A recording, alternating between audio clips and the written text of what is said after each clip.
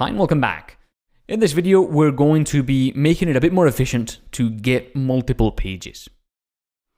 Here in this function, you can see that we've had to create a client session.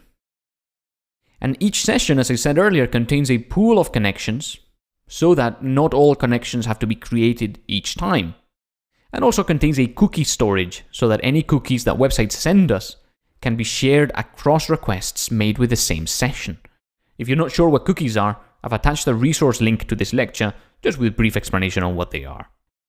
So we then use the session, which uses a connection from that pool that was just created, in order to get the URL and get the content and so forth.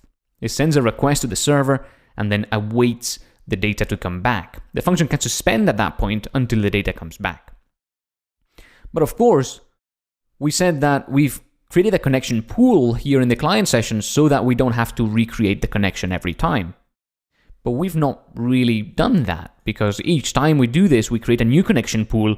So instead of a single connection, we're creating a whole bunch of connections each time we want to fetch a page. And then we're only using one of them.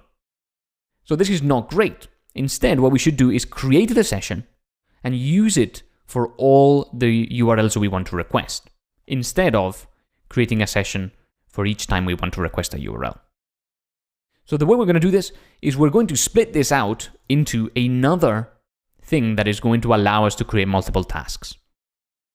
So async def, get multiple pages, and to this thing we're going to pass the loop and also the URLs we want to get. Notice that this is an unpacked argument there, so we can pass in many different arguments, one for each URL that we want to get.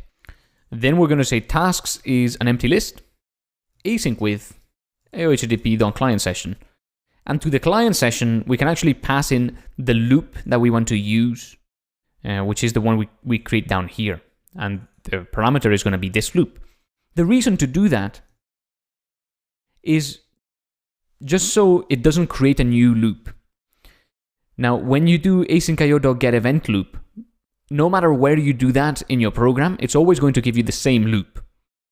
But in case you forget to do that, passing the loop in here can be quite handy, just so not a new one is created that maybe runs independently or doesn't run until complete. So this is just a safeguard to make sure that you use the loop that you've defined earlier.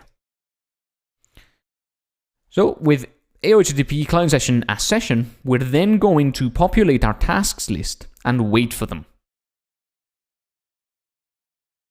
So for each URL that we've got here, we're going to say tasks.append fetch page of this session, the URL, like so. Now, when we do this, what we do is we call this fetch page function. That creates a coroutine, and that gets then put into our tasks list. At the end of